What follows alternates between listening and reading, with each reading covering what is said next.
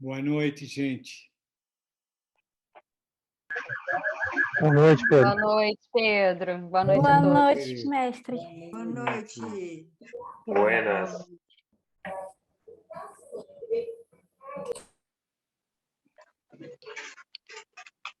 Cadê a Karina? Deve dar uma ordem de início aí. Oi, já estou aqui, Pedro.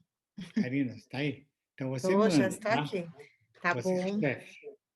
certo. Um minutinho para as 19 a gente inicia. É.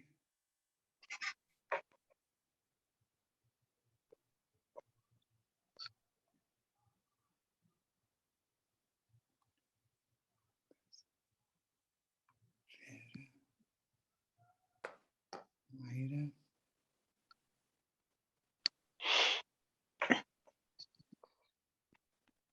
Boa noite. Olá, boa noite.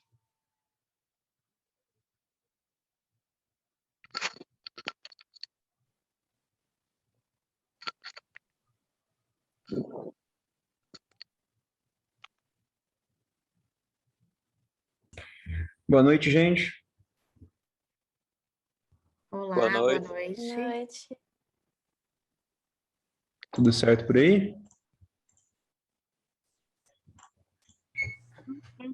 Boa noite. Boa noite. Olá. Boa noite.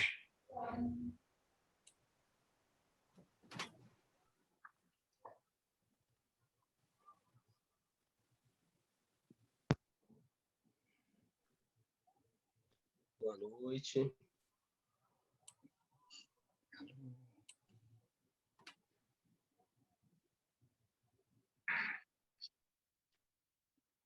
Vamos, Karina. Vamos então, 19 horas, né? Nosso horário, vamos começar. Então, formalmente, olá para todo mundo, boa noite. Meu nome é Karina, eu estou hoje aqui com vocês como mediadora dessa live, né? Com vocês, escritores em início de carreira, e o nosso querido Pedro Bandeira. Em primeiro lugar, sempre gosto de agradecer vocês, a participação, né? Sabemos que é um momento muito especial para todos nós, para todos vocês que se inscreveram e estão aqui hoje.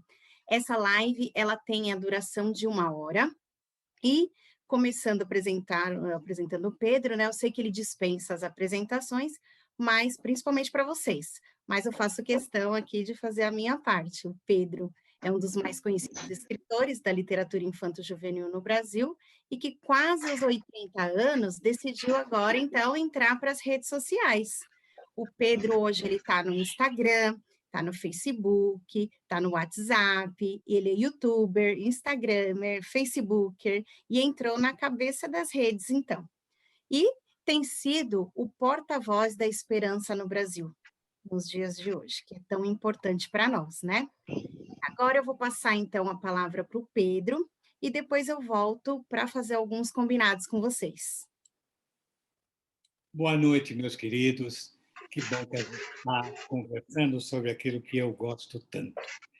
E, como o convite prometia, nós vamos falar sobre o meu modo de fazer literatura de ficção e dirigida especialmente para crianças e adolescentes. Realmente não... O escrever bem é fundamental para qualquer ser humano e para o sucesso de qualquer carreira. Um médico que seja um grande leitor, que escreva muito bem, certamente vai ter mais facilidade de se comunicar, de fazer ensaios para mostrar tudo aquilo que ele aprendeu, que ele descobriu. Um advogado que for um bom redator, que leu muito, realmente ele poderá ser um advogado melhor que outros. Agora, eu vou falar só sobre a redação dirigida de ficção. E devo dizer o seguinte, a arte é como um esporte. Não é necessariamente para todos. Muitos e muitos meninos jogam futebol, correm e dão pontapé na bola, e apenas muito poucos vão conseguir ser profissionais de futebol. E ainda menos ainda os grandes salários como o do Cristiano Ronaldo ou do Messi ou do Neymar. tá? Isso é assim, o esporte é assim. Muitas pessoas gostam de nadar, mas poucos poderão chegar um dia a ganhar uma medalha de ouro nas Olimpíadas. Tá? Assim também é o compositor. Um compositor, há muitas pessoas aprendendo a tocar piano, mas muito poucos vão chegar a ser pianistas profissionais, quer seja de jazz, quer seja de música popular, quer seja de música clássica. Tá? Ao mesmo tempo, um pintor, muita gente gosta de pintar, que bom, gosta de desenhar, que bom, mas poucos vão chegar a conseguir vender telas, né, para enfeitar as paredes, e muito menos ainda terão telas capazes de figurar num museu para sempre. Assim também é o texto. Mas, se você escreve bem, muito bem, está aberta a tua vida. Eu fui como muitos. O fato de eu, desde criança, gostar demais de ler, ler para me divertir, jamais li para estudar, nunca estudar, para me divertir. Mas eu lia o tempo todo, eu lia sem parar. Mas lia gibi, lia romances de cavalaria, romances de faroestes, romances de capa-espada, e assim por diante. E isso me ajudou muito a me tornar um bom aluno de português e logo poder vender o meu bom texto para me sustentar. Qual? No jornalismo. Então, o jornalismo é uma escola incrível. É uma escola que te ensina, em primeiro lugar, a escrever por encomenda. Você não escreve o que você quer. Você escreve o que o chefe de reportagem manda. E muitas vezes temas que você não conhece. E você tem que correr, estudar, ir atrás. Hoje ainda a gente tem o Google, tem a internet. No meu tempo não tinha, não. Você tinha que ler muito jornal, você tinha que ir em arquivos, os arquivos de aço, pesquisar. Me lembro quando morreu o Kennedy, né? Ele morreu em Dallas, eu nem sabia onde ficava Dallas. Então, corre, nós tínhamos que fazer uma edição extra. Então, corre a pesquisar a biografia do Kennedy, ver o Dallas, o que é, qual é a ideologia e tal, quem poderia ter matado. Fizemos uma edição extra de apenas 4 páginas, uma foto grande do Kennedy com uma faixa, assassinado, e lá no dentro cozinha, como a gente chamava, falando das dificuldades dele, como ele se elegeu. Isso tudo dava para a gente um desafio. Escreva o que é preciso escrever. Não importa se você está inspirado ou não. Obedeça a prazo. Havia o fechamento do jornal, isso nos ensinava disciplina. Tá? E assim achei eu que ia passar o resto da vida, o resto da vida vivendo disso, vivendo do fato de que eu sabia escrever. E claro que escrevi coisas, às vezes me mandavam, eu era muito jovem, vai entrevistar fulano. Quem é fulano? Tá? Quem é esse cara? Não, você vai falar com o secretário de obras, e porque vai ter o São Paulo está pensando em fazer um metrô. Ai, ai, ai! Como é que eu ia? Então, eu correndo em poucas horas, eu conseguia descobrir o que era um metrô, e o que eu vou perguntar para o cara. Imagina, né? E isso tudo me ajudou muito, me deu muita velocidade, disciplina, tá? E me abriu muitos caminhos. Mas achei que ia continuar sempre assim e tal, mas aquilo acabou me levando a uma editoria. Eu acabei entrando numa editora e virei o editor dessa editora. Então, lia originais que chegavam lá para serem publicados. Tive a aventura de ser a primeira pessoa a publicar o grande Marcos Rey, porque eu li Memórias de um Gigolô, ainda datilografado por ele, e publiquei Plínio Marcos, cheguei a receber uma cartinha do Jean Paul Sartre, porque eu escrevi para ele pedindo para publicar um texto dele chamado Le Génocide. Então, é muito interessante. E ele escreveu, então pode publicar, não cobro nada. Nossa, que coisa maravilhosa. Então, tudo isso, claro, que foi me dando uma grande cancha Aí acabei trabalhando numa editora de revistas e de fascículos, a Editora Abril, que aí aprendi mesmo. Porque naquela época era a época do regime militar, então muita gente intelectual perseguido pela ditadura acabava arranjando emprego, trabalhando lá. Então tinha colega que tinha sido um reitor de uma universidade ao meu lado, colega que tinha sido titular de filosofia da USP, caçado, então trabalhava ali. Então, caramba, você vivia de cabeça baixa, porque só tinha monstros na tua volta, né? E de lá saíram muitos escritores que eu me lembro, assim, olha, a Ruth Rocha era minha colega, a Maria Adelaide Amaral era pesquisadora do meu grupo, que se tornou uma das maiores autores de novela que a gente conheceu, né? A querida Adelaide, o Valcir Carrasco. O Valcir Carrasco também hoje é um grande autor, inclusive, de literatura juvenil e de novela, e de teatro e tudo mais, era também nosso colega. O Jorge Caldeira foi meu foca.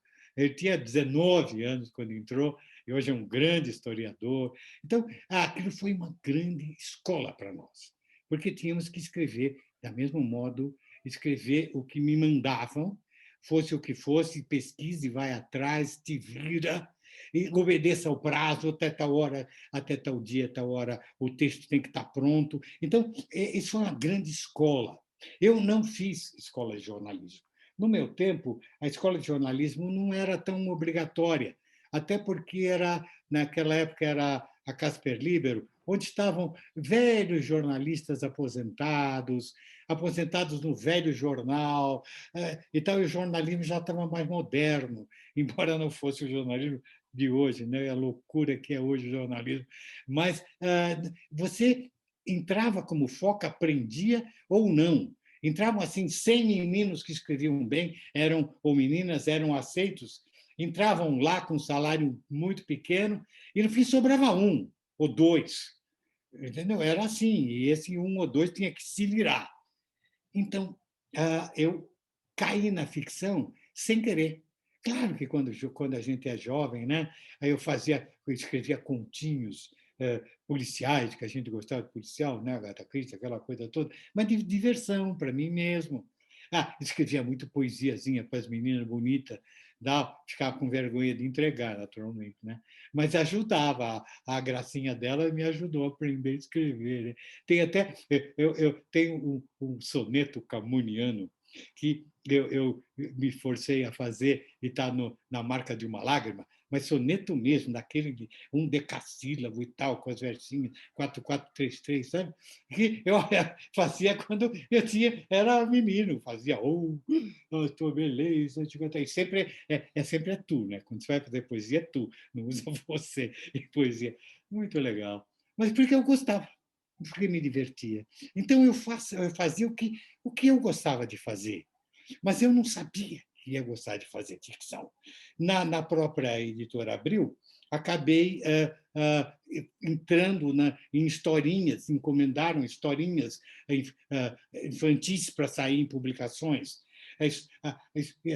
Enciclopédia Disney, textos enciclopédicos escritos para serem lidos por pessoas jovens, por crianças. Tá? E aquilo também comecei a achar bacana aquilo. Aí, como eu cumpria o prazo, comecei a receber muitas encomendas de historinhas pequenas. Certa hora, eu olhei e eu tinha dezenas de pequenas histórias publicadas em revistas de banca. E a revista de banca é efêmera. A revista de banca está hoje, semana que vem é substituída pelo novo número. E aquela some, a historinha some. Então, incentivado por uma grande colega de escola, que até hoje é minha querida amiga Marisa Lajolo. Antes dela ser Lajolo, ela tinha outro sobrenome, Filbert, sobrenome dela. Ela casou com o doutor Franco Lajolo, da USP, um grande biólogo. Aliás, eu sou padrinho das filhas, de casamento das filhas dela, maravilhosas, duas meninas maravilhosas. E ela falou, Pedro, você escreveu tanta historinha, por que você não escreve um livro? Eu livro? É livro, aquela coisa retangular, cheia de letrinha. Um livro. Eu não me achava capaz, mas eu achei um bom desafio. Vou escrever um livro. Não, eu falei, escreva livro para crianças, porque hoje em dia os livros são adotados em escola. Como adotados em escola? No meu tempo isso não acontecia. A literatura, você lia literatura se quisesse. Nenhuma professora mandava você ler livros de literatura específicos, juvenis e tal. Quando você chegava no ensino médio, tinha que ler Machado de Assis, Zé de Alencar, mas até então ninguém mandava você ler. Então, hoje em dia, sim, é uma lei de 72 que manda adotar. Eu não tinha lido nenhum desses livros. Eu não sabia que Marcos Rey, meu amigo Marcos Rey, escrevia literatura juvenil. Não sabia. Eu não sabia. Eu era amigo, ia lá tomar um whiskinho na casa dele, porque ele tinha um whiskinho, na minha não tinha. Então, mas devia ser Drury's, eu acho. Querido amigo falecido, caramba. Mas daí eu tentei, vou imitar o meu grande ídolo Monteiro Lobato. Monteiro Lobato tinha criado uma menina solitária que usa a sua imaginação para fazer suas aventuras. E eu fui o primeiro autor a usar a criança como protagonista. Todos os autores para criança até então nunca tinham usado uma criança como protagonista. Como vítima, sim. João e Maria eram vítimas de uma determinada circunstância, Chapeuzinho era vítima de uma determinada circunstância.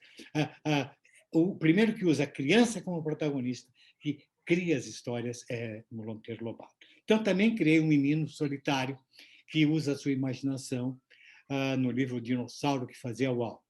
Só que eu já era do ramo, eu já tinha trabalhado em editoras, em jornalismo, já tinha sido editor, sabia como eram as coisas, e a Marisa mesmo me indicou editoras que poderiam observar, quem sabe publicar esse meu livro, e a editora Moderna publicou, o Dinossauro Fazia Uau. E só aí eu fui tomar contato com o que era ficção para crianças e adolescentes. E aí eu vi que o buraco era mais embaixo, que tinha realmente que me virar para me tornar se eu quisesse tentar ser um profissional. Aí ela começou a mostrar, e aí eu fui ler Marcos Rey, João Carlos Marinho, Maria José de Pré, Edi Lima, que foi também minha colega de abril, maravilhosa, faleceu recentemente, tadinha, novinha, 97 anos. Aí ainda alegre como uma criança, um amor. Tive, aliás, o carinho, a divina honra de escrever a 4ª capa do último livro dela, que será publicado depois da morte dela, da Edi Lima. Então, aí eu falei, opa, eu não conheço isso. Eu só tinha estudado nem jornalismo, nem pedagogia, nem psicologia. Eu tinha estudado ciências sociais, uma coisa que as ciências sociais é muito bacana, maravilhoso, me abriu a vida, mas, no entanto, não me ensinava nada, o que era uma criança, o que é um adolescente. Aí eu fui me dedicar, e me dediquei fortemente a estudar psicologia do desenvolvimento. Tá? E foi muito gostoso. Aí, por isso que então eu digo, se você é um escritor, ou se você pretende vir a publicar ficção, você tem que trabalhar. Tem que trabalhar muito. O artista trabalha muito. Essa coisa de que o talento cai do céu e a inspiração vem pronta não existe. Isso eu não conheço. Pode existir? Não, pode existir. Mas nunca aconteceu comigo. O máximo que aconteceu foi um cocôzinho de pássaro que uma vez me caiu na testa quando eu estava passeando. Não existe. Isso é trabalho, e trabalho, e trabalho. Eu uma vez conheci o Toquinho, aquele grande compositor, grande violinista. Ele dizia, eu passo o dia abraçado no violão. O dia inteiro, ele passa e ponto, aí almoço, toma um cafezinho, conversa, ele vive o tempo todo. Uma vez eu descobri que o Guernica, do Picasso, havia 500 e tantos rascunhos do quadro. 500 e tantos, em pequenos papéis, a cabeça do cavalo virada para cá, virada para lá, o touro para frente, no fim ele fica saindo do quadro, e ele 500 rascunhos para sair um quadro. A coisa é dura. Um compositor tenta 1000 vezes, reescreve, reescreve. Um pintor, até entrar na tela com a sua tinta, ele trabalhou muito, pesquisou muito, estudou muito. Então, gente, se você gosta de ler, leia cada vez mais. Estude cada vez mais. Claro que estudar, sei lá, os grandes Mikhail Bakhtin, o grande Vladimir Prop, eles são maravilhosos, é ótimo ler, mas não vai te ajudar a ser escritor. Mas claro que como cultura é genial, maravilhoso, tá? Bettelheim, sensacional, vai te ajudar muito até compreender os outros. Mas a escrever, quem vai te ensinar é a leitura dos outros e a tua cabecinha. Então você tem que estudar, você tem que ir atrás. Ninguém nasce feito. Talvez as pessoas consigam a própria experiência. Veja, a Carolina Maria de Jesus, ela, uma mulher favelada, escrevia em caderninhos, pobre de Jó, de ter passado fome, conseguiu fazer livros bastante importantes sobre a vida dela, escrever a sua própria vida. Mas eu não sei se ela seria viria a ser uma romancista capaz de escrever fora dela. Sabe, hoje ainda gravei um textinho sobre a fabulosa Anne Frank. A Anne Frank, eu pensei que tivesse lido Anne Frank, mas o livro que eu li no passado era um livro censurado. Só agora estão saindo livros livres, sem censura. Nossa, como ela escrevia bem! Que fantástico! Não só o drama de aquela criança ser morta pelo nazismo, caramba, sobre o desastre dela passar 2 anos presa, sem poder falar, só podia falar sussurrando. E tinha horas que não podia falar absolutamente. Só no domingo de manhã que eles podiam falar normalmente, porque o lugar onde ela estava havia sido os operários que trabalhavam ali não estavam. Então, mas como escrevia bem, talvez ela viesse a ser uma grande escritora, porque ela escreveu com a alma dele. Aí, gente, primeiro, eu não vou dizer que dou conselho, que conselho não existe. Existe experiência. Posso passar a minha experiência, tá? Você tem que se dar. Quando eu entrei na área mais séria da Editora Abril, que era aquela que fazia fascículos, antigamente havia fascículos que seriam colecionáveis e depois publicados, fazia-se até uma enciclopédia, história da ópera, história da música clássica, história da mitologia, tudo mais. Eu comecei tentando escrever do modo que eu achava que a editora queria que eu escrevesse. Eu aprendi o seguinte: nenhuma editora recebe um livro exatamente como a editora esperava. Não, ela esperava você. Você aberta para o papel. Ela queria publicar você, não aquilo que... ela adivinhou que eu queria isso. Não, a editora não adivinha nada. A editora fala, que bacana isso aí. Então, ela espera você. O teu espírito, o teu pensamento, a tua opinião, chutando o balde, indo fundo. E eu, no começo, tive uma dificuldade grande. A própria de Lima falou, Pedro, isso aí não dá jeito. Ela era diretora editorial, eu li A Vaca Voadora, o primeiro datilografado, antes dela publicar A Grande Vaca Voadora, ela trabalhava com a gente. Até que eu tive um grande amigo lá, que também faleceu. Ai, como falece gente, está na moda falecer, viu? Poxa vida! E, eu fico sozinho, não fico. Agora só posso arranjar amigo novinho, né? Não arrume amigos velhos, porque eles morrem, os malditos. Tá? A Tatiana Belin, que morreu, só tinha 95, foi lá e morreu. Bom, o Otaviano De Fiori só tinha 84. E ele era maravilhoso, era um escritor, um professor maravilhoso. E ele mostrou, Pedro, escreve o que você pensa. A editora espera que você crie. Não que você crie o que ela gostaria que você criasse. Ela não sabe o que você pode criar. Seja livre-se. Não tenha peias. Tira todas as peias e algemas e caminhos que tenham apontado. Cria uma nova coisa. É isso que a editora quer. Toda a editora espera isso. Se você foi recusado por uma editora, pela segunda editora, pela terceira editora, você não estava no livro. A editora fez bem de ti. Não é que o livro é ruim, você não estava no livro. A tua criação não estava no livro. A tua opinião não estava ali. Entendeu? Então, sinta-se livre, sinta-se aberto, sinta-se... não tenha vergonha. Se você tem vergonha, não escreva ficção. Escreva ensaio. Você escreve bem? Puxa, escreva ensaio, escreva roteiro sei lá, escreva coisas que você não está lá. Na ficção você tem que estar. O teu pensamento tem que estar. E se você está escrevendo para jovem, não é aquele jovem que você foi. Você tem que ser capaz de se abrir a ponto de entender como é um adolescente, por exemplo.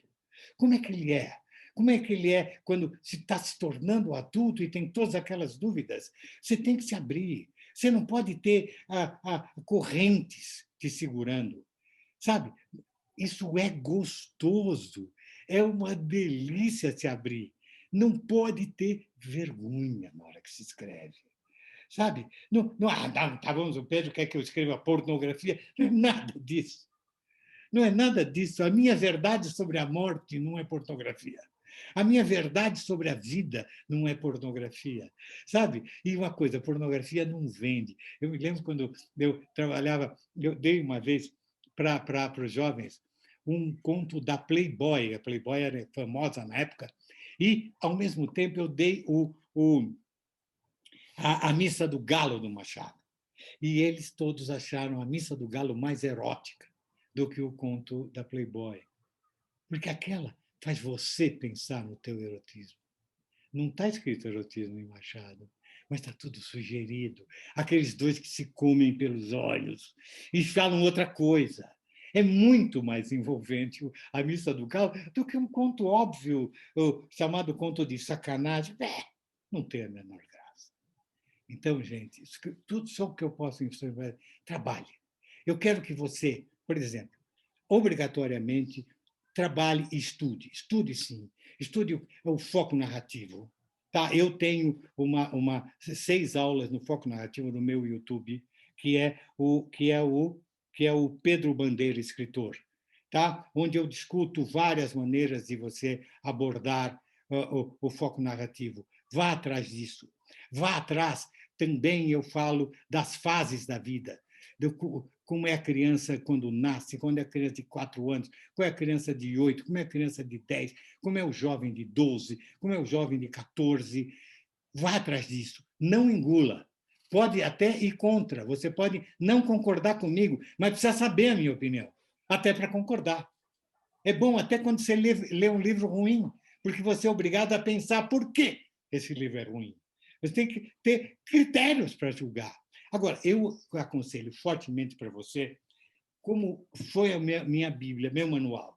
Esse livro é que agora existe em capa mais bonita. Esse aqui é uma edição antiga. Você conhece, né, Milene? A literatura infantil da grande Nelly Novaes Coelho. Porque ela escreve para escritor. Ela não escreve para professor. Olha aqui, a Karina está mostrando a nova capa, que é muito mais bonita. Essa pilinha de livros. Tá? Esse é obrigatório.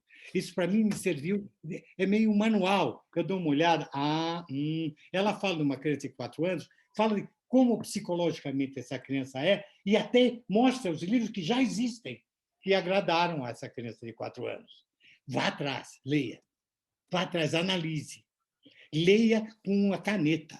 Tá? Leia o livro do Pedro Bandeira, mas com a caneta. Não, isso aqui não está errado. Esse personagem não devia ter dito isso. Tá, você tem que ter esse critério. Essa é técnica. Mas a parte fundamental é você. O que você pensa. Tá? Agora, vá atrás da técnica. Vá atrás. Leia muito, estude muito. Tá? Porque ler é gostoso. Eu sempre li só porque eu gostava de ler. É muito divertido ler um romance. Até um romance best-seller, às vezes passa um tempinho gostoso, você lê um Ken Follett, que gostoso ler, tá? É tão gostoso quanto ler Machado. Claro que Machado traz mais desafios que o Ken Follett, Mas o que eu falo, tem uma série de coisinhas, tem até livro dele tentando ensinar a gente a escrever. Leia também, leia também. Vá atrás de cinema, porque hoje em dia a literatura é muito rápida, tá? E o cinema é rápido. O cinema corta, pá, pá, pá, pá, pá, e o texto hoje não pode enrolar, porque hoje o leitor e o espectador está acostumado com o cinema, com a televisão, que vai por corte, corte. Então, um livro muito explicado, é difícil ler Proust, gente, muito difícil. Eu diria, é chato ler Proust, porque não precisa mais de tanta explicação. As pessoas já têm muita experiência de vida e de leitura e de arte. Agora eu sou todo de vocês, porque vocês devem ter tanta coisa. Eu queria estar do lado de vocês para vocês falarem comigo. Quem vai falar em primeiro lugar? Que aula, né, gente? Eu acho que tudo que foi dito aqui dá para a gente se repertoriar, se nutrir para uma boa prática de escrita, né? Então, eu vou fazer alguns combinados com vocês para melhorar aqui o desenvolvimento da nossa live. Caso vocês queiram se manifestar, então, vamos utilizar a mãozinha aqui do Zoom. E aí eu vou conseguir verificar quem é que quer falar, quem deseja, né? E a gente vai se organizando por aqui. E toda vez que alguém estiver falando, eu vou pedir a gentileza para que vocês fiquem com o microfone fechado, para não atrapalhar o colega. E a hora que vocês forem se apresentar, digam ao Pedro de onde vocês são, né? Tenho certeza que o Pedro agora vai querer ouvi-los, vai querer saber das dificuldades de um escritor em início de carreira, ok? Então, vamos lá. Quem é que vai dar início? Nós temos aqui o Marcelo Félix. Marcelo, diga, querido. Diga, abre o microfone, Marcelo. Pode abrir seu microfone. Tá dando para ouvir direitinho? Sim, dá, claro. Isso, pronto. Então, deixa eu ver aqui, peraí que eu sou meio novo aqui no Zoom. De onde você é, Marcelo? Eu sou do Espírito Santo. Uhum. Eu sou autor, escrevo, na verdade, há mais de 10 anos. Tenho 28 anos. Olha. Mas minha primeira publicação... Está dando para ouvir ainda? Sim, pode, continua. Aí. Então, minha primeira publicação foi esse aqui, ó, o Marte, o Detetive. Você é você é o Marcelo, eu li o Marte, um maior sucesso. O que você achou, Pedro? Eu não te escrevi? Escrevi, foi, sim. então. Gostou da minha homenagem aos caras? Não, bacana, adorei. Você fez uns caras mais novinhos, muito safadinhos, gostei. Mas, quer ver, você escreve desde 18 anos, né, Marcelo? Isso. Tá? Então, você é do texto. Você podia até não cair na ficção, mas você cairia no texto. Você ia ser o publicitário, ou, sabe, escrever discurso para político, alguma coisa, ou advogado. Entende? Você é do texto, entendeu? Você tem que ser do texto. Agora, sim, legal, gostei. Eu comecei, na verdade, desenhando, né? Eu desenhava revistinha em quadrinho e criava as próprias histórias. E no meio disso, eu encontrei os livros do Pedro, mas outros autores também, que eu adoro, né? Às vezes, em ramos diferentes, né? O que me conquistou nas suas histórias foi isso, você sentir próximo dos leitores, né? Tipo, você quer fazer parte da turma. E isso, lá atrás, já me conquistou, né? Na verdade, eu só tenho a agradecer esse período. Depois de 4 anos da publicação do Marte, eu publiquei esse outro livro também, que é do Roy Street, né? Que é o Detetive, também sobre Sherlock Holmes, e esse daqui que é o Arrependa-se, né? Então, a questão da publicação, eu acho incrível a primeira vez que você vai e consegue ter o contato, né, com as pessoas que te leem, né? Você consegue transmitir aquilo que você escreveu, às vezes sozinho, no quarto, né?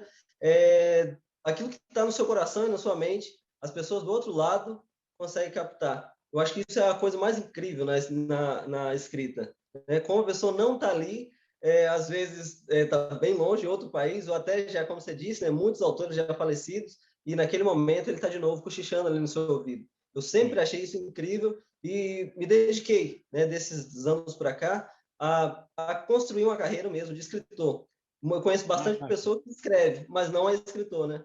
Eu quero dizer assim, não quer seguir aquilo, né? Não quer dar o sangue. Às vezes espera por inspiração. No meu caso, eu acredito na inspiração, mas quando ela chegar, ela tem que me encontrar trabalhando. Eu tenho que estar ali todo dia, para se dedicar, né? E quanto mais você trabalha, mais sorte, né, eu sei que a gente tem. Só tenho a agradecer, né, a todo esse caminho também ao Pedro por ter construído isso dentro de mim. Eu já disse na outra live também. Espero algum dia ter oportunidade de fazer uma live com o senhor. Agradeço também as lives sobre o Sherlock, que de vez em quando você dá uma aparecidinha lá, bem-vindo a Backstreet, que eu estou fazendo no meu Instagram, né? Só tenho a agradecer e saber que o caminho a ser trilhado é bem difícil, mas você conseguir ser um livro na estante e depois, né, ser um livro dentro do coração das pessoas, dentro da mente das pessoas. Porque o livro eu sei que ele acaba, né? As páginas podem ser queimadas, rasgadas, mas as histórias vivem para sempre, né, dentro das pessoas. O Marte mesmo hoje está na 3ª edição, foi vendido para outros lugares também, né? Sendo vendido na Amazon, no meu site também. E eu só tenho a agradecer. Obrigado, Marcelo. Maravilha. Eu já Obrigado. te conhecia. Maravilha, querido. Ótimo. Agora, eu quero uma pergunta aí, uma provocação. Quem é o próximo? Sim. Nós temos aqui, ó, a Camila Amaral. Oi, Camilinha. Oi. Olá, mestre. Boa noite a todos. Primeiramente, eu sou de Salvador, mas eu moro em Lisboa. Claro, você é a Camila, eu também te conheço. Autora você é a Camila, linda. Lógico, eu li meu livro, Céu e Inferno. O Céu e Inferno, menina, você imagina. Ela mora em Portugal. Estamos falando com ela. Virou portuguesinha, Camila. Quero ver esse livro aqui no Brasil, né, Camila? Sim.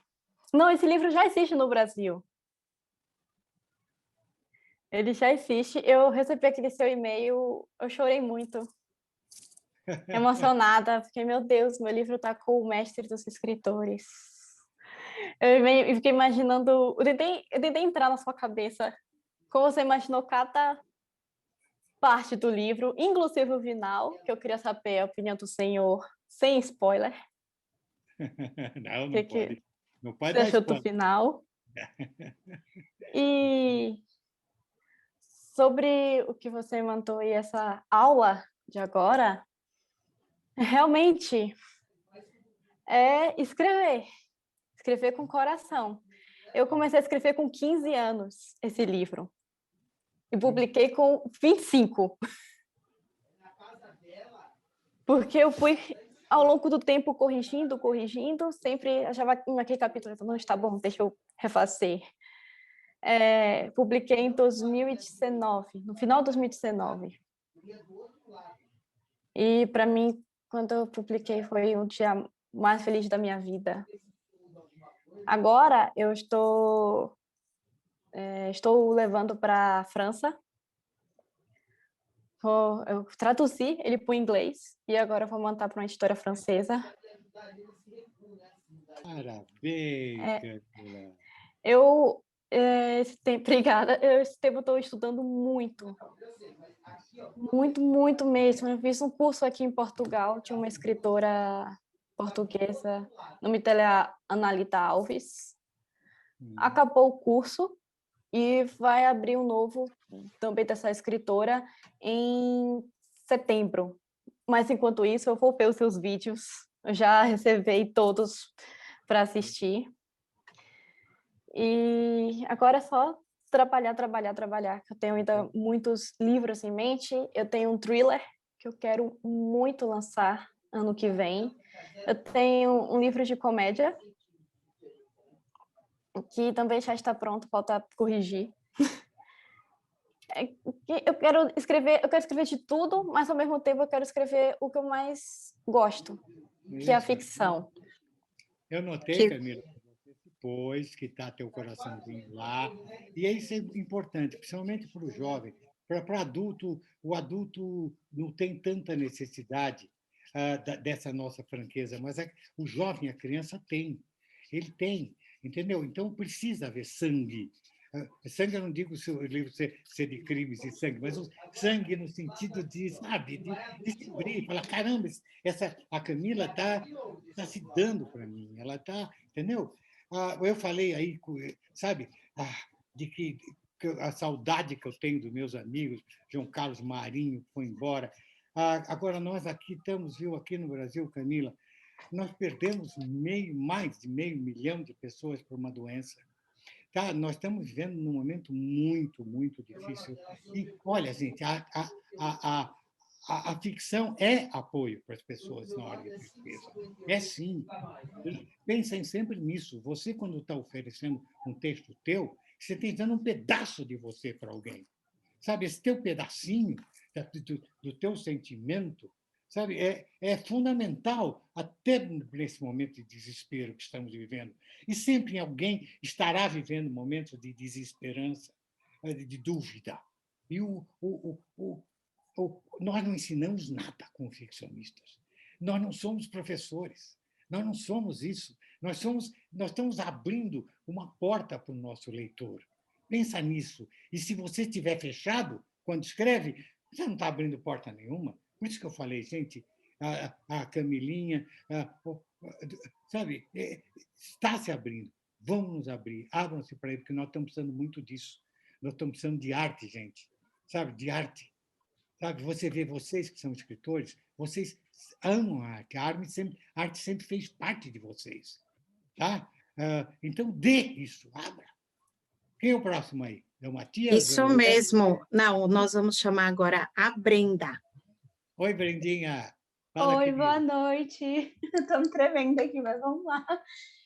Eu também sou do Espírito Santo, da cidade de São Mateus. Eu sou tripulante de navio de cruzeiro e estou no processo final do meu livro, que é As Aventuras de uma Tripulante.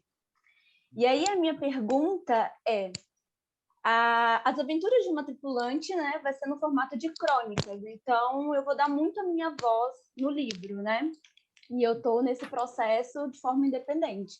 Mas eu tenho pretensões, né, de criar ficção especulativa e também romance. E aí a minha pergunta é: como dar a minha voz mesmo em gêneros tão diferentes, né? Então eu tenho As Aventuras de uma Tripulante, que vai ser uma biografia, né, em forma de crônicas, que eu conto a minha vivência no trabalho a bordo no navio de cruzeiro, né, as aventuras e desventuras de ser uma tripulante. Mas eu tenho o meu romance também, que está vindo aí, que vai contar a história de romance da Bessie e o descobrimento dela. E eu tenho os contos que eu quero postar, que é ficção especulativa. Então, são gêneros diferentes, né? Então, como que eu consigo dar essa minha voz, mesmo com gêneros diferentes? E obrigada pela live de hoje, tá, mano? Brenda, no meu Instagram, no meu YouTube, eu também dou umas diquinhas de escritor. Uma eu dei sobre o protagonista. O muito importante é você dizer quem vai contar a minha história. Você está dizendo que no teu primeiro livro é você mesma que está contando a história. É a Brenda. Mas você vai ver que, em certos momentos, não dá para ser a Brenda, porque ela vai falar uma coisa que a Brenda não falaria. Tá? Então, deixa de ser você. Então, o importante é esse protagonista, esse narrador. Que voz vai falar? Sabe? Que voz vai falar? Quem vai contar isso? Às vezes, você precisa de uma voz ingênua, para que o leitor nota: poxa, esse protagonista vai se ferrar. Olha, ele é tão ingênuo. Nossa, ele está em perigo. Então, você vai criar para o leitor uma... Sabe? Agora, se esse protagonista for uma vítima, por exemplo, ele for vítima e o narrador é em terceira pessoa, então a escolha desse narrador é muito importante. Não basta a ideia. Como eu vou contar a ideia? Eu sei tudo sobre a ideia? Eu sou um narrador onisciente, onipresente, onipotente, ou não? Ou eu sou um dos personagens, que é frágil, que ele sabe só alguma coisa, ele não sabe tudo. Procure ler esse tipo de livro. Por exemplo, A Ilha do Tesouro, do Robert Louis Stevenson, é muito interessante, porque ele conta uma grande aventura narrada por um menino, o Gene Hawkins. Ele está vendo, ele é narrador testemunha. Tá? Embora ele esteja envolvido, ele é testemunha. Mas ele olha com os olhinhos de menino de 12 anos. Tá? Então ele está falando dos adultos do navio, lá do navio pirata, com os olhos sobre os olhos dele. Então, isso é muito importante, para você não pisar na bola. Tá?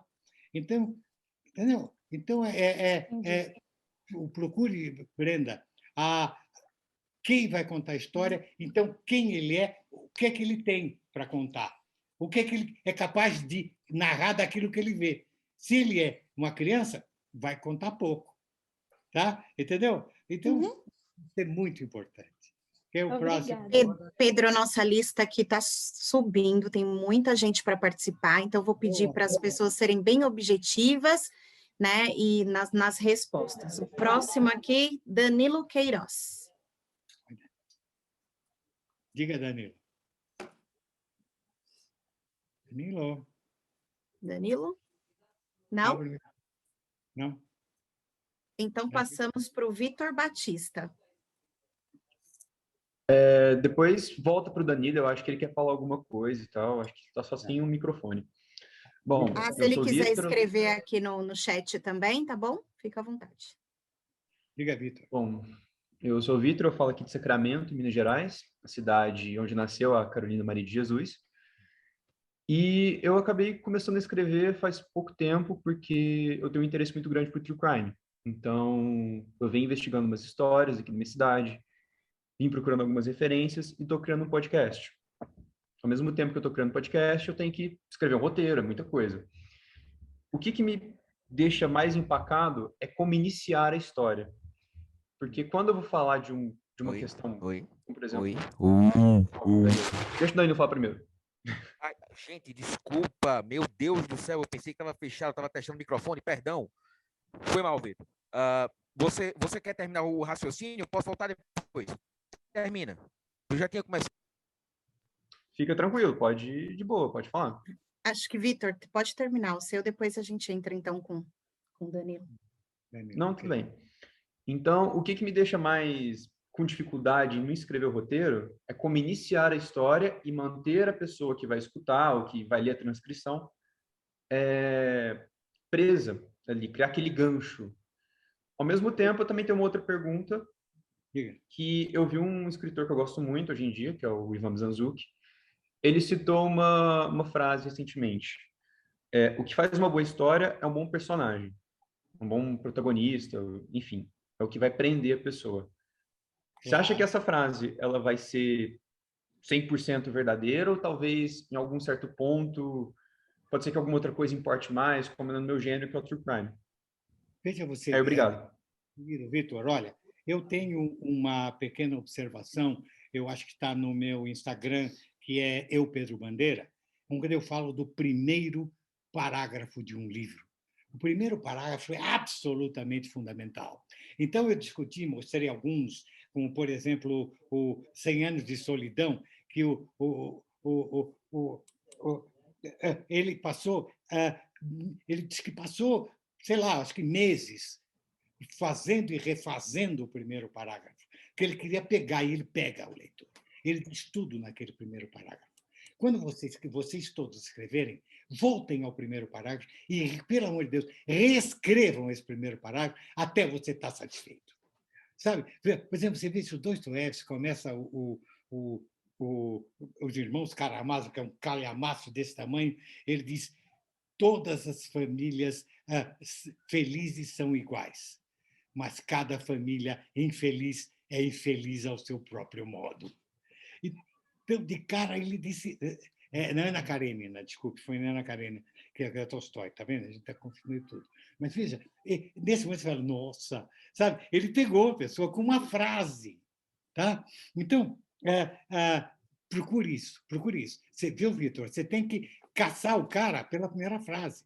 Então, dê algumas dicas, mas dê algumas dicas que fale um pouco para o teu leitor, tá? Que fale alguma coisa do sentimento dele. Inclua-o nesse primeiro parágrafo. Se não, o primeiro parágrafo for perder tempo, nhaca-nhaca, ele larga.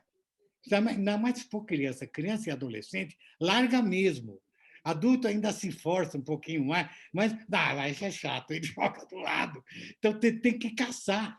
Você tem que caçar. Eu sempre procuro fazer isso, tá? Então, você levantou uma bola muito grande. Agora, o personagem, é claro que ele é fundamental. Claro que ele é fundamental. Agora, qual personagem? O personagem que sofrerá a trama como centro ou que narrará a trama. Às vezes, o que narra, veja, o Sherlock Holmes, é narrado por um cara desimportante, que é o Dr. Watson. Dr. Watson não importa para a história, quem importa é o Sherlock, entendeu? Mas ele vê o Sherlock e narra o Sherlock. E olha, ele ama o Sherlock. Ele puxa o saco do Sherlock sem parar. Para ele, o Sherlock é Deus, ele é um super-herói, embora use cocaína, que é uma loucura, né? Isso tudo pega o leitor, tá, Vitor? Agora quem era o Daniel? Era o Daniel, né? Danilo, vamos voltar E para o obrigado, viu, Danilo. Pedro? Ok, gente, desculpa, tá, pelos problemas técnicos de mais cedo, tive problema com o microfone. Primeiro de tudo, eu devo dizer que eu estava com a câmera fechada porque eu não queria aparecer roendo unha para o Pedro Bandeira, que eu estou muito nervoso, emocionado de momento. Basicamente, foi a coleção dos caras que me despertou interesse pela literatura, com paradidático na época do colégio e tudo mais.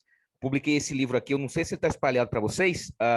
Que bom que ele é sólido, logo eu não dá para ver o quanto eu estou tremendo, mas o nome, o nome de uma das personagens é homenagem ao detetive Andrade, da coleção Os Caras. Então, eu só quero dizer muito, muito obrigado por isso e tudo mais, mas eu tenho uma pergunta, porque é o seguinte, atualmente eu estou tentando escrever uma história em que eu estou tentando talvez emular um pouco da energia de Os Caras, só que o negócio mais às avessas. É um grupo de alunos, gente, por favor, não me persigam por isso, mas é um grupo de alunos que se juntam para poder salvar a escola a partir do roubo do Enem. Ok, tá? Por favor, membros da educação, não me caçem. Mas, ainda assim, eu olho para o livro dos caras, eu acho assim, de uma energia tão coesa, um negócio tão magnífico, tão bonito, que aí eu fico, poxa, será que eu deveria mesmo escrever essa minha história, sendo que, basicamente, o tipo de coisa que teria esse tipo de sentimento já foi publicado? Então, assim, às vezes é um medo muito grande de ficar na sombra. Então, eu queria saber do senhor mesmo, direto da boca do mestre, como é que a gente faz para poder lutar com esse sentimento de que talvez não seja bom o suficiente contar a nossa história, porque de repente alguém já pode ter vindo e ter feito ela de um jeito melhor. E mais uma vez, muito obrigado pela oportunidade e desculpa por toda a situação técnica do início. Danilo, Está aberto meu microfone? Tá. Danilo, todo dia, quando você acordar, não abra a porta e não deixe o medo entrar. Ele não pode entrar. Você não pode ter medo. Você não pode temer a crítica de ninguém. Você é mais você e eu preciso do que você é, não daquilo que eu vou te aprovar. Às vezes você vai me dar algo que vai me surpreender. É isso que eu quero que você faça. Eu quero que você me surpreenda. Não tenha medo. Não, não, não. Seja sem vergonha. Se você acha importante dizer aquilo, diga. Não deixe o medo te pegar. Não deixe ele entrar. Fecha a porta. Tá? Essa porta, esse medo não vai entrar. Tá? Nenhum medo. Nenhum. Se você der um livro para uma editora com medo, será que vai gostar? Será dançou. Sabe? Olha, seja ousado. A arte tem que ser ousada. Se a arte não fosse ousada, o mundo não ia para frente. Caramba! Entendeu? Todo escritor é um ousado. Ele levanta uma bola que ninguém tinha pensado antes. E se alguém pensou, e se você está entrando por esse caminho, é legal. Sabe? Então você vai escrever uma história a partir de Ana Karenina, e tudo bem. E tudo bem, porque você pensou em Ana Karenina e está mostrando a Ana Karenina do século XXI.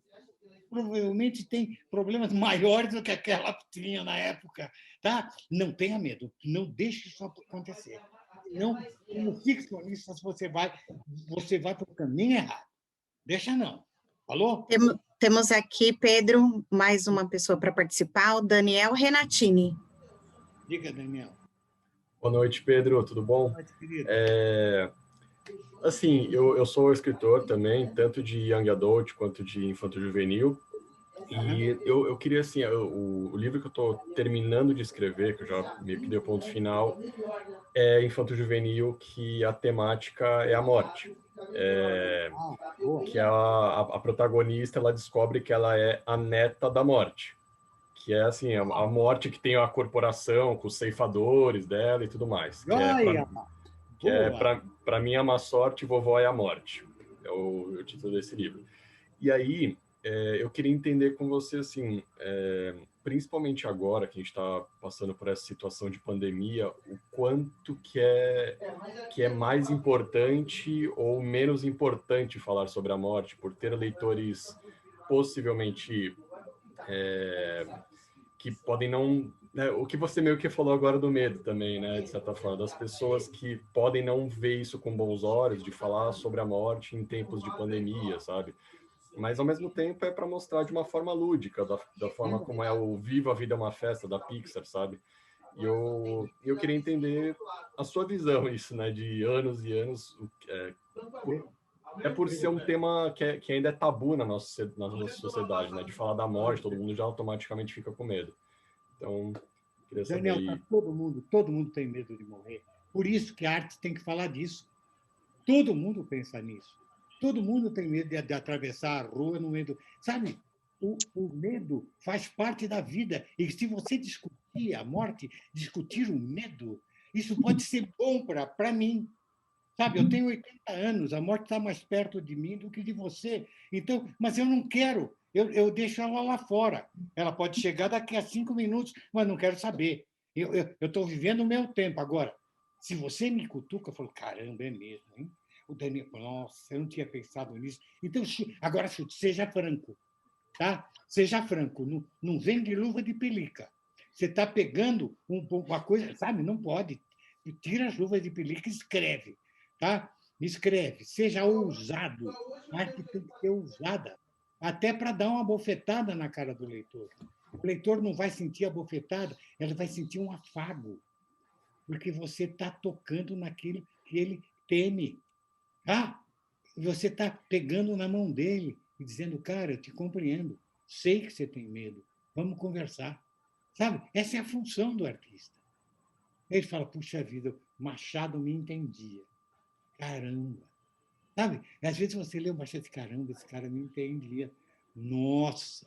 Sabe? Às vezes você chora não de tristeza, mas de emoção, quando vê que o cara te entendeu. Vá firme, cara. Você teve uma ideia original, botar a morte material, tá? Então, que legal. Eu quero ler o teu livro, pô. Quero ver. A morte está perto de mim, mas não quero nem saber.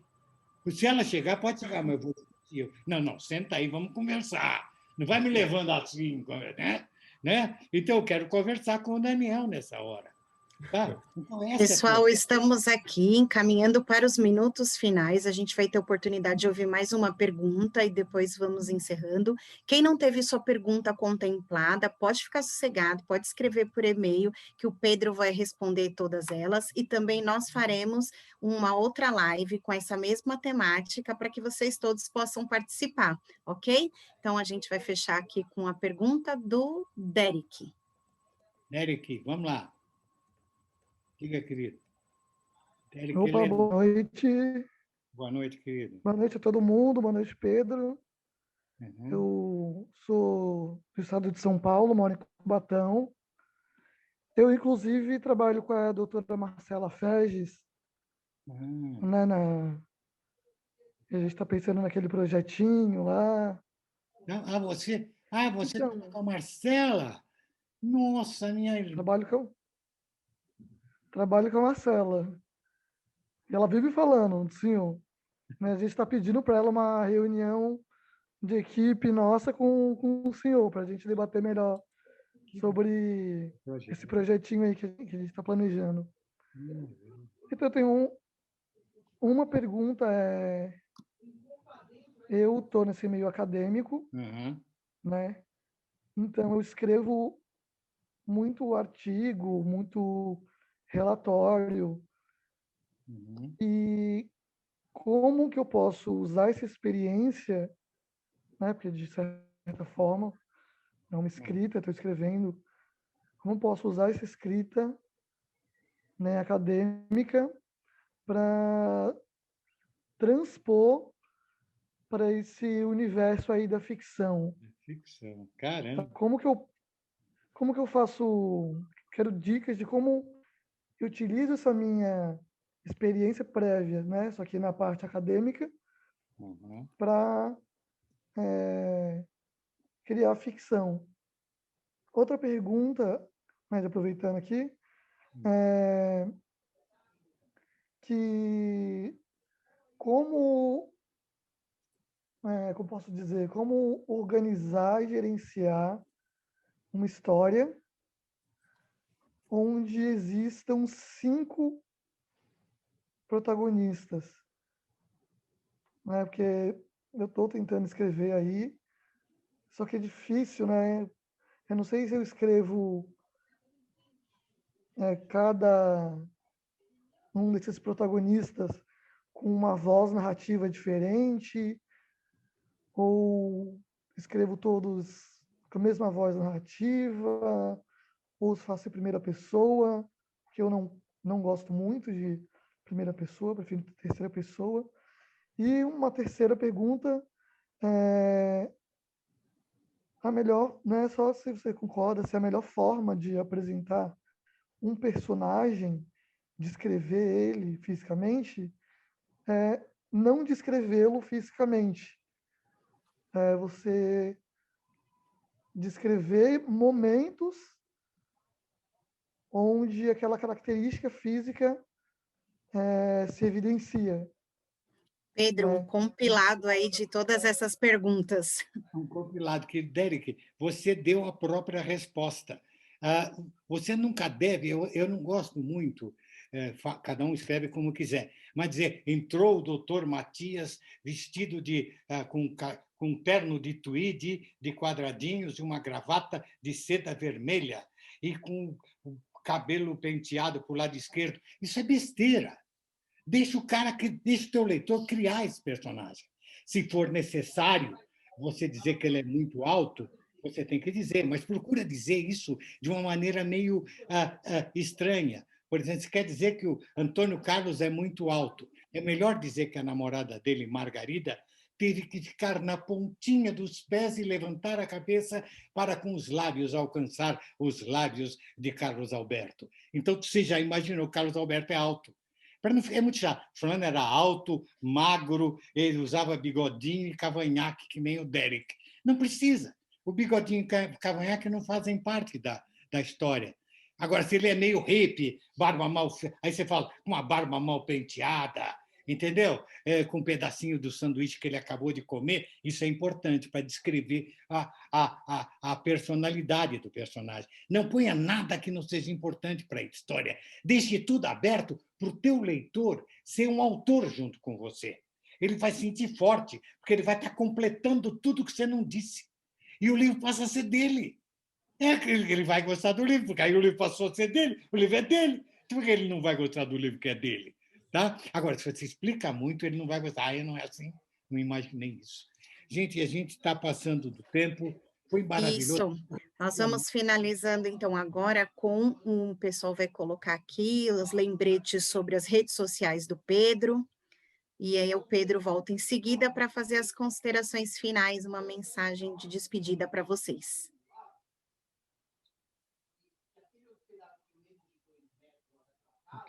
Cadê as redes sociais? Eu posso ir falando? Pode, claro, claro. Eu já vou me despedindo enquanto você não entrou aí as redes sociais. O José está colocando aqui as redes sociais no chat, tá bom? E acho que entra aqui, ó. Isso. Desculpem aí, mas eu já vou me despedindo de vocês, falando que foi maravilhoso falar com vocês. Mas agora eu quero, leitor, eu preciso de vocês realmente francos. A literatura tem que ser franca. Você não pode ter medo. Você não pode ter medo de censura. Se alguém não gostou, o problema é dessa pessoa. Tá? Geralmente, se você tentou 1, 2, 3, 6 editoras e nenhuma gostou, o livro está com problema. E não é problema de censura. Está com problema de forma, está com algum problema. Então, não fique chateado com as editoras. As editoras querem você. Sem você, sem o autor, a editora não existe. Eles não escrevem os próprios livros. Tá? Então, o não é bom, o não ensina. Agora, se você saber, cara, se você... Viu? Olha, eu quase quero dizer o seguinte, olha, gente, eu vou te contar. A mulher escreve com o útero, o homem escreve com as gônadas, tá? Escreva assim, porque é isso que eu quero, é isso que as pessoas querem você inteira. tá? Seja isso, vai para frente. O Brasil precisa disso. O Brasil não tem... O Brasil não tem nenhum prêmio Nobel de literatura. Vamos nessa, pô. Por que não tem? Tá bom, os suecos são chatos, tá bom, mas vamos escrever para o nosso povo precisa de arte, tá? E vocês têm essa obrigação, tá? De dar essa arte para nós. Obrigado, queridos. Beijos. Ficamos por aqui, então. Até a próxima. Muito obrigada. Gratidão demais, Pedro. Muito obrigado, Karina, também. Vamos, né? Obrigada. Obrigada, Pedro, Karina, foi maravilhoso. Imagina, obrigada a vocês. Maravilhosa live, muito, muito, muito obrigada. Olha a Lu, minha irmã. Muito, muito obrigado, Pedro. Foi maravilhoso essa aula de vida, hein? Muito, muito obrigado mesmo. Pedro. Até a próxima. Hein? Gente, muito obrigado. Pedro, Foi Pedro, incrível. é meu aniversário. Eu tô falando aqui da Austrália, meu aniversário, e ouvir você é o maior presente. Mestre. Então, parabéns para você. Essa data. Obrigada. Felicidade. Muitos anos de vida. Para você. Eu vou chorar. Parabéns. Parabéns, Dani. Obrigada, gente. Vocês me fizeram chorar. Esse é o melhor presente de todos. Parabéns. Obrigada. Beijo, Pedro Bandeira. Te amamos, Pedro Bandeira. Vixe. Beijos. Ai, a Agnes. Olha a Agnes. Olá, você, Pedro Bandeira. Te amo, querida.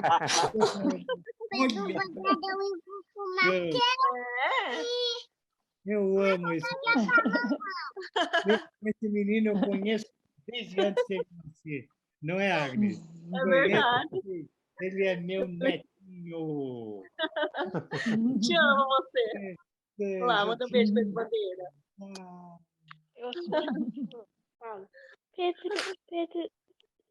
Pedro Bandeira, eu gosto dos seus dedos. Oi, Pedro Bandeira, tudo bem? Fala, filho. Fala, Arthur. Oi. Fale. Fala, Arthur. Eu sou escritor. Fala. Tá emocionado, tá emocionado. Tá com vergonha. Ele começou a escrever, ele fez um livro com 5 anos. Ele tem um livro também. Fala, Arthur. Maravilhoso. Ele tá emocionado porque ele tá falando com o Pedro Bandeira. Que bonitinho. O livrinho dele aqui, ó. O Menino Inventor. Ele escreveu com 5 anos, brincando. E teve a atividade no colégio. E teve homenagem para ele e tudo. As crianças gostaram bastante. Com 5 anos ele começou a ler com 4 anos e meio. E com 5 começou a escrever. Que delícia. Bacana, um pequeno escritor, né, Marlone?